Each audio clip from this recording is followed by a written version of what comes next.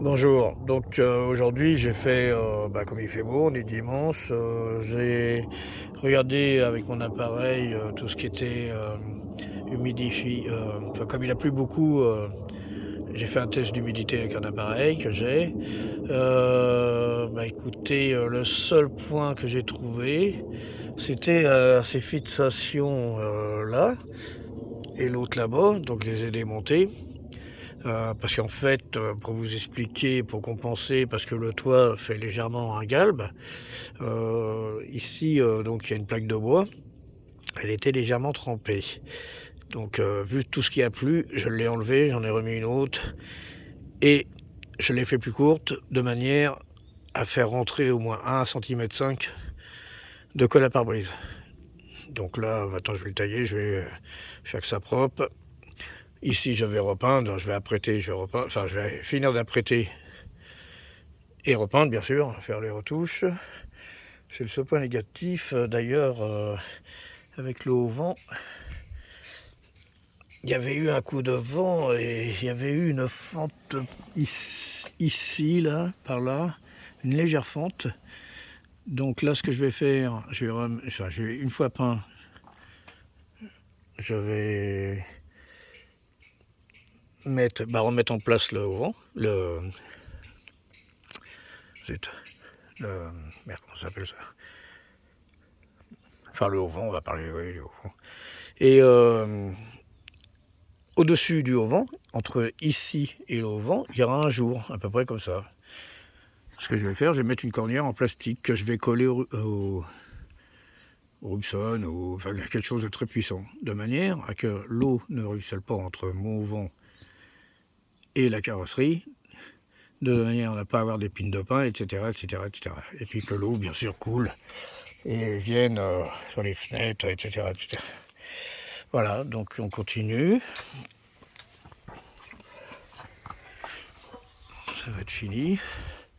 Pareil, toute la vérification des baies vitrées. Comme moi, je les avais démontées, j'avais teinté les carreaux, j'avais mis le paquet, donc ça a débordé de l'autre côté, aussi. Et après, j'ai taillé une fois sec, hein, parce que c'est plus facile de tailler une fois sec, c'est pas la peine de le faire. Cherchez pas à le faire quand c'est tout collant, vous allez en mettre partout, sur les doigts, ça va coller. C'est pas terrible, quoi. Donc, voilà. Et j'ai pas d'infiltration, de toute façon, je vous ferai montrer l'intérieur. Vous l'avez déjà vu d'ailleurs. Je vais refaire une retouche aussi à mon porte-remorque, parce que ici et ici, j'ai un porte-scooter qui vient s'adapter. En fait, il rentre, que j'ai fabriqué moi-même.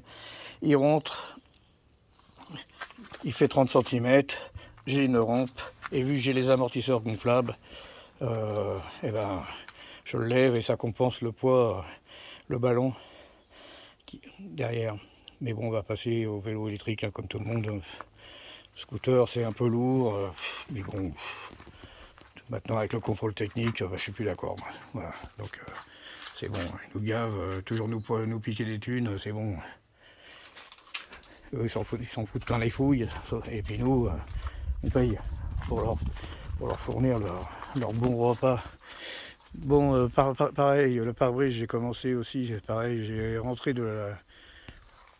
Bon, on va le voir de l'autre côté. J'ai rentré ici du joint, entre le caoutchouc et la coque en polyester, parce que quand ça a été fabriqué d'origine, c'était pas bien précis.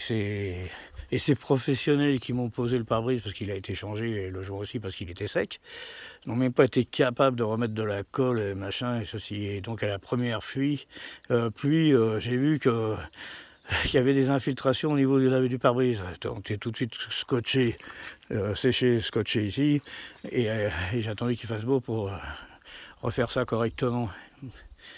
Les mecs, ils ont pris 600 balles pour un pare-brise qui en vaut 120. Franchement, chapeau, super boulot.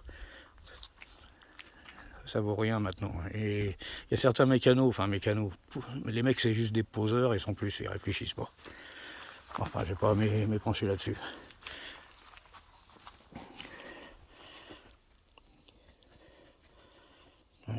va falloir gratter tout ça aussi. Hein. Voilà, mais bon, les vacances approchent, hein, donc on va le faire. Hein. Faut dire que tous les ans, moi, je fais une révision complète du camping-car. Comme ma femme dit, j'en suis un peu esclave. Oui, mais bon, il a 37 ans. Il nous a emmenés Portugal, Italie, Espagne. Et franchement, on en est content. Puis après, mettre 30 000 balles dans un camping-car où il va y avoir des fuites à l'arrière, en dessous le plancher, parce que bon, c'est pas entretenu, la mécanique pas entretenue. Les mecs, ils te vendent des trucs, ils croient qu'ils vendent un pavillon. Mais bon, non, il y en a qui valent même pas 10 000 balles. En plus, avec les jointures style caravane, c'est plein de fuites. Les mecs, ils ont jamais refait les silicones. Voilà, tant que ça roule, c'est bon. Mais bon, chacun voit midi à sa porte. Moi, je sais que celui-là, il nous convient. Ça fait 7 ans, comme j'avais déjà dit. Ça fait 7 ans qu'on en est très, très, très content. Et franchement, il est amorti depuis longtemps, même si j'ai mis à peu près 8 000 € dedans, dans les frais. Mais tout est neuf. On n'a aucun problème. Euh, c'est dingue, quoi. Tous les 2 ans, je fais un parallélisme parce que ça force quand même. Il pèse quand même l'engin. Voilà, puis après, il y a la remorque. La remorque, elle est derrière mon Audi, que d'ailleurs je vous présenterai parce que je suis en train de refaire de coudre la baie en plastique derrière. Là, j'ai ma remorque. C'est nickel, hein, derrière le camping-car. Voilà. Bon, suite aux prochains événements. Hein.